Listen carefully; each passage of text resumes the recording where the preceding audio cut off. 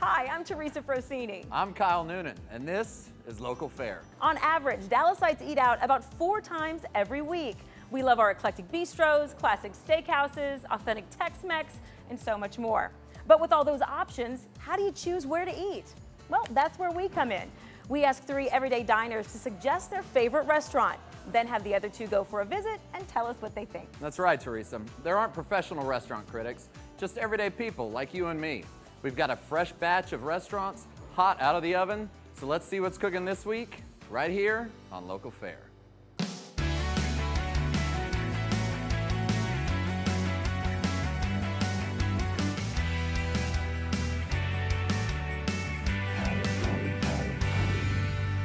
All right, gang, as always, we're here at Bowl & Barrel, the only boutique bowling alley in DFW. And it's an excellent place for our reviewers to gather and talk about this week's restaurants. So let's get to it. Here's Teresa with this week's guests. Okay, so this week we've brought in 3 people from the DFW area who suggested their favorite restaurant for the others to go visit, come back here, and tell us what they think. Our guests this week are Wiley Phillips, a business consultant from Fort Worth. He suggested Little Red Wasp. Kenneth Priest, a minister from Irving, who suggested Cousins Barbecue, and Carol Munger, a wardrobe consultant from Grapevine, who wanted the group to try Into the Glass. So we'll start off this week with a place that combines great food and a trendy, casual atmosphere that will satisfy any brunch addiction.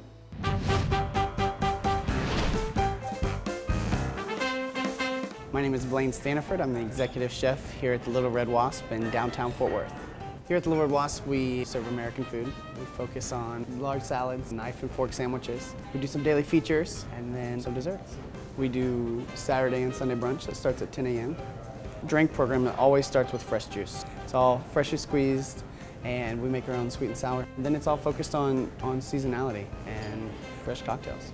Our tap is Texas beers and then we have about 90 to 100 other beers in-house. We source a lot of our ingredients using local producers and local farms. We're in the heart of downtown Fort Worth, right next to the convention center. I describe it as local, fresh, sleek, modern, comfortable, and it's approachable. Casual dining with the focus on the quality of the ingredients.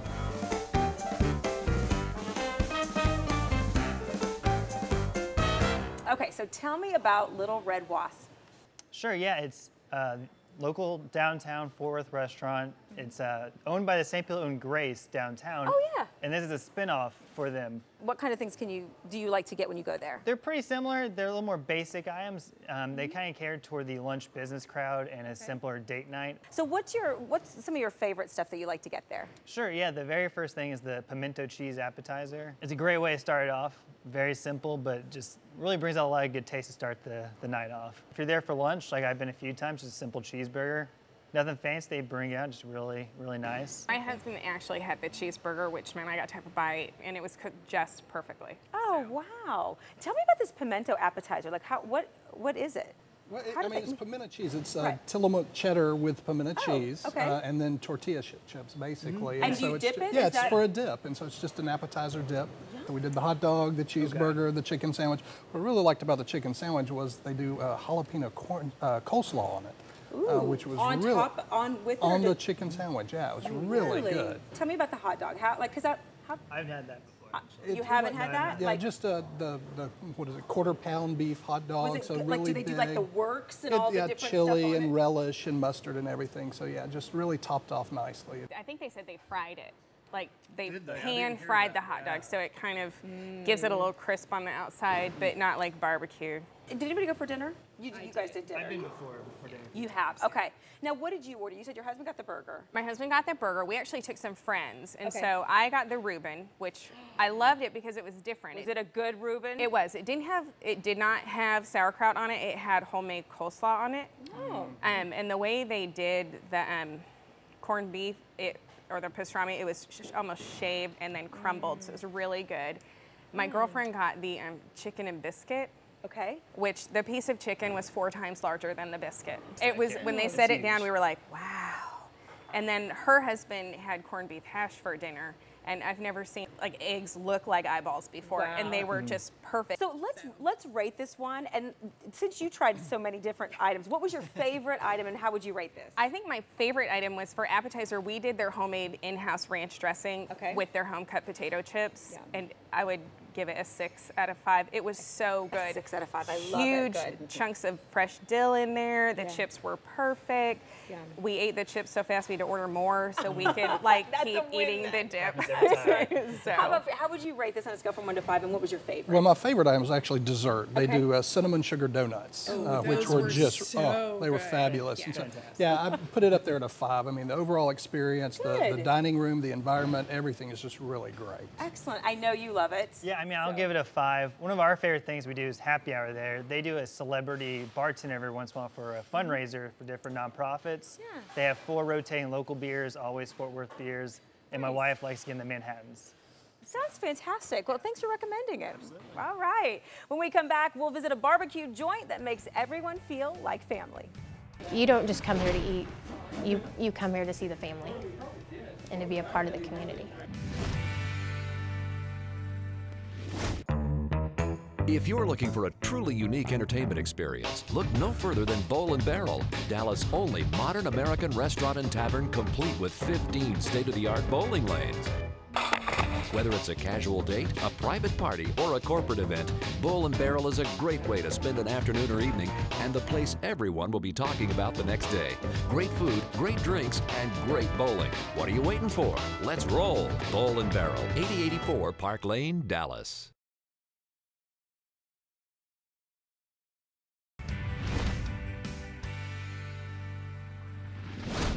Welcome back to Local Fare, where we take 3 regular DFW diners, have them suggest their favorite restaurant, have the other 2 go for a visit, and then they come back and tell us what they think.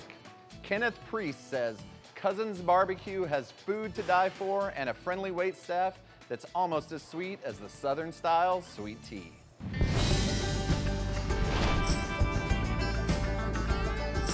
Hi, my name is Shannon Payne. I am 3rd generation at Cousins Barbecue here in Fort Worth, Texas. We are Texas barbecue. Hickory, slow smoked, delicious brisket. We make our own sausage.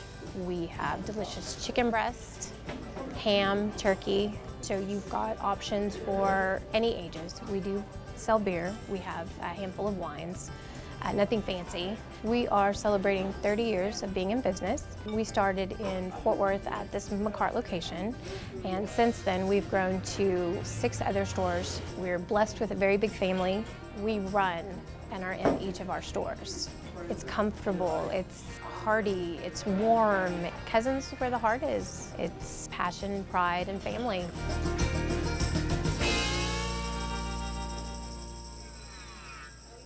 All right, let's talk barbecue. Now, this is tough in Texas. Yes. All right, definitely. So Cousins Barbecue, tell me what makes that your favorite. Well, I'm from the South, so most of my growing up I ate pork. And so when I moved to Texas in '95, introduced to Cousins, started doing the beef brisket, and just loved it. I mean, it's fork tender, the seasoning that they use, the dry rubs are just wonderfully flavorful. It's a family-owned business. The Payne family started it. I don't even know what year it started, but just a great restaurant, great environment. So a number of different ones around Fort Worth, but the original on McCart is kind of the classic to go to. But yeah, they do a root beer draft, so you get the cold mug. It's just a great environment to go to. Love the sides, love the ribs, love the brisket. You know, you just can't go wrong. Yeah, really. Now, what I've always heard from people that do barbecues, they say the secret sometimes is in the sauce. Yes. So how does their sauce compare to other barbecue places? Well, their sauce, it's a sweet sauce. Okay. And so if you don't like the sweet, it's got a kind of a hickory flavor to it, but it is definitely a sweet flavor in there. And you've mentioned you love all of it. Is there one specific that you like the most when you go there? I usually get the brisket and the sausage. Those are the 2 things, yeah. Okay. Are you a barbecue connoisseur? I'm actually not. I was just saying this earlier. My wife's actually a vegetarian, so we definitely don't go to barbecue very often. Sure. Very rare. But no, I thought it was really good. I enjoyed it overall. Just had a great atmosphere. I went to the other location, not the main one, but it still felt like it'd been there a long time. Tell me what you had when you went there. I got a pick 5, so there was a little bit of everything on the plate: brisket, chicken, mac and cheese, corn, quite a bit. I thought the chicken was fantastic. Okay, nice. And tell me about the mac and cheese. How was that? Because that's It left me wanting a little bit more. It wasn't, I had the mac and cheese at the other location, so I had kind of good comparison, and it didn't meet those standards, but it was still good. Okay. All right, Carol, tell me about your experience. We went to the one in Keller, or Alliance, and it's good. I had a baked potato with turkey on it, and it's very good. My husband had the brisket. I like people to get my drink refill for me, and so if I don't want to pay here and walk to the end of the counter and grab my food, and then take care of myself from that point. But you know, my husband loved it because nobody bothered us while we sat there and ate. But then we had the banana pudding, which I love a good banana pudding, and it's pretty good. So it's, you know, you could always eat more, but but their potato is as big as somebody's foot. It's you could eat it for 3 days. So how would you rate this one on a scale from 1 to 5? I gave it a 3.5 just because I don't know much about barbecue. Okay, all right, fair. And how about I you, would Carol? probably give it about the same, just because I don't want to get my own drink refill. Gotcha. What was your one favorite thing there was there one favorite that you had? Just, I love their turkey. It's really moist, and so even mixed in with the potato, it's got a good flavor and a little smoky, but not over smoky. Excellent. All right, I know brisket was your favorite. Yes, Your restaurant, how would you rate this on a scale from 1 to 5? Well, I give them a 5. I go there. When we lived in Fort Worth, I would eat there 2 and 3 times a week. Just really a great place. And my favorite dessert's their cobblers. They do great cobblers. That was fantastic. It was. Peach or That was actually blackberries, my favorite really part good. of it. Okay, nice. Well, thanks for the recommendations. When we come back, we'll visit a place that offers a fresh and exciting view into food, wine, and fun. But we're a tiny little joint, so I mean, we fill up and we seem like we're really super busy, but we're not.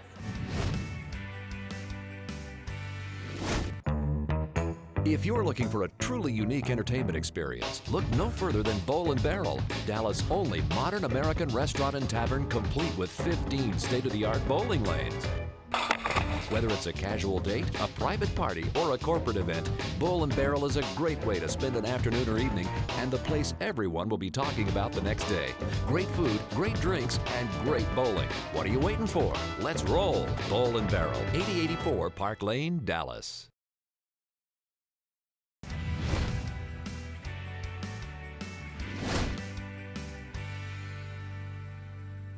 Welcome back. Our last restaurant was suggested by Carol Munger, who says, Into the Glass focuses on boutique wineries and putting great twists on classic favorites.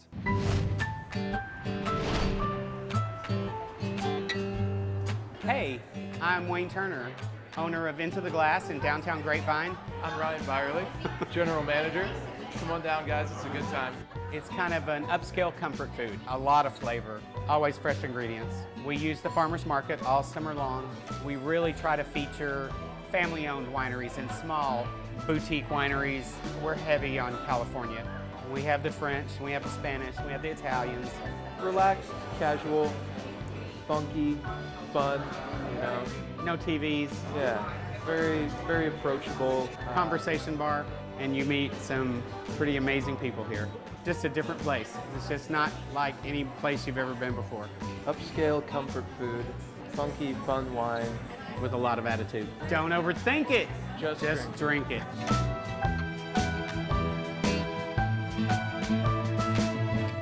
Okay, food, fun, and wine. You've got my attention. Tell me about Into the Glass. It is a great sort of little eclectic American hallway.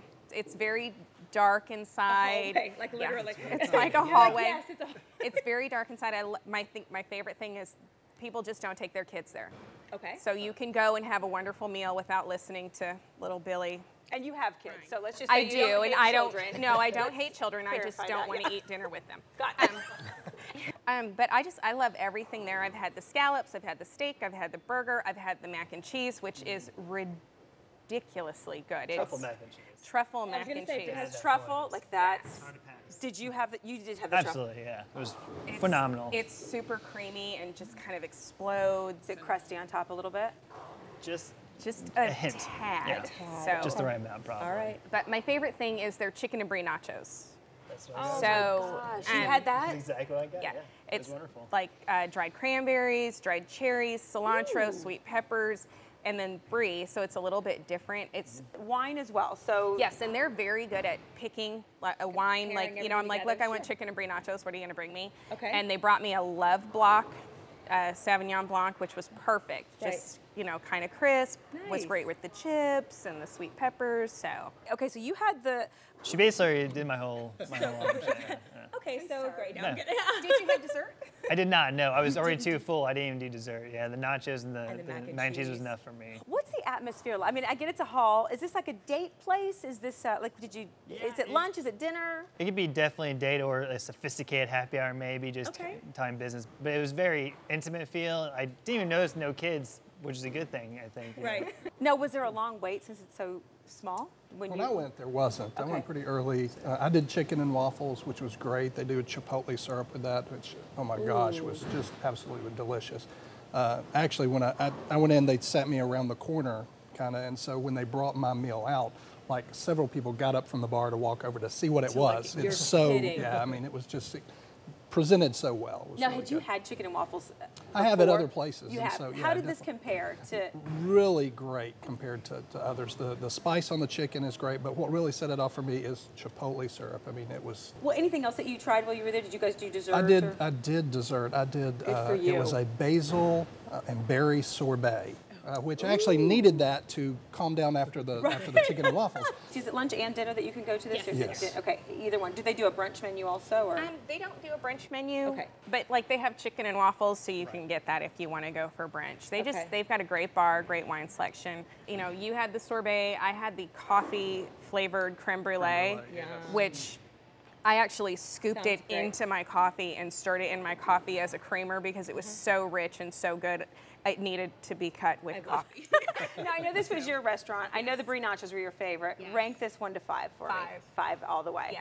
How about? I would give it a 4 only because my side item was cold. I had cheese and grits, and they were less than room temperature. They were pretty cold, so I wasn't pleased with that. But the chicken and waffles, fabulous. Very good. Okay. I give it a 5. I mean, I couldn't get to dessert. It was so good. I couldn't stop eating, and I meant to. So Nice. It was really good. All right. Thanks for recommending it, Carol. Absolutely. Do you wish you could enjoy one of the meals we've discussed today without all the hassles of going out? Well, when we come back, our restaurant expert Kyle Noonan will show you just how easy it can be. Stay with us. If you're looking for a truly unique entertainment experience, look no further than Bowl & Barrel, Dallas' only modern American restaurant and tavern complete with 15 state-of-the-art bowling lanes. Whether it's a casual date, a private party, or a corporate event, Bowl & Barrel is a great way to spend an afternoon or evening and the place everyone will be talking about the next day. Great food, great drinks, and great bowling. What are you waiting for? Let's roll. Bowl & Barrel, 8084 Park Lane, Dallas.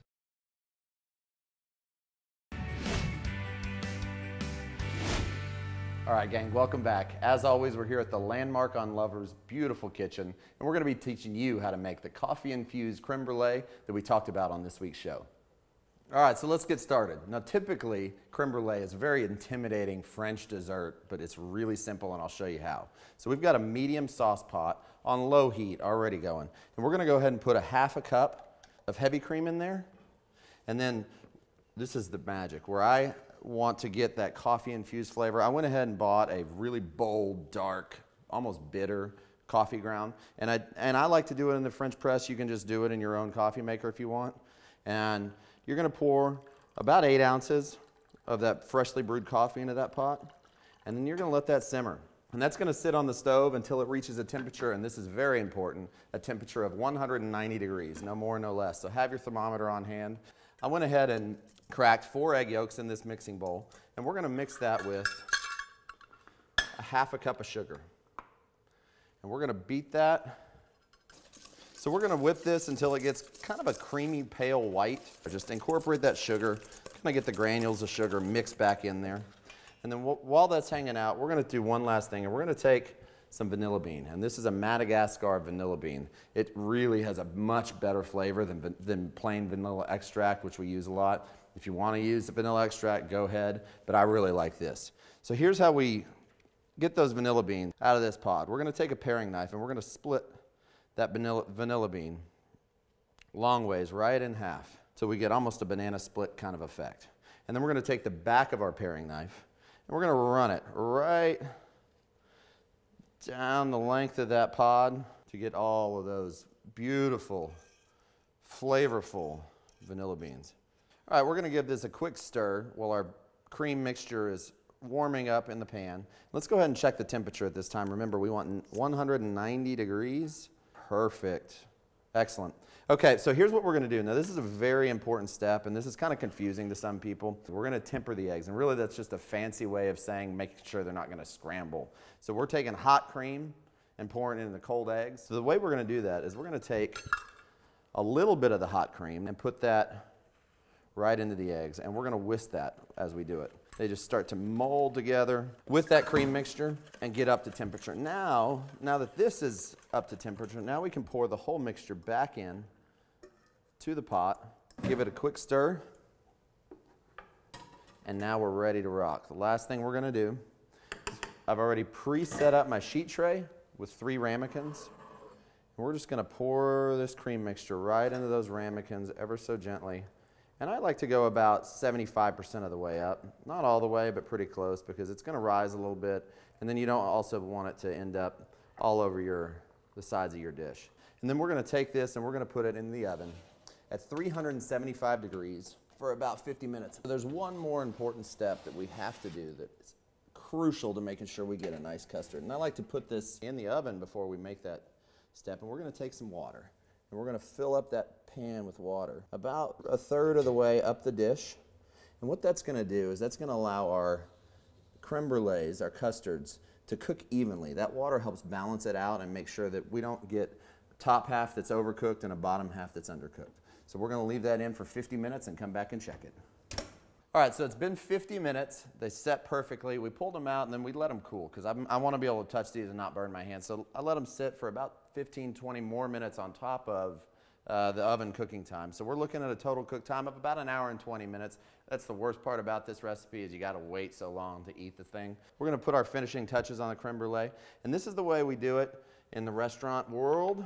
And this is the way you can do it at home. Now there's one way that you'll probably hear a lot, and that's to put it in the broiler.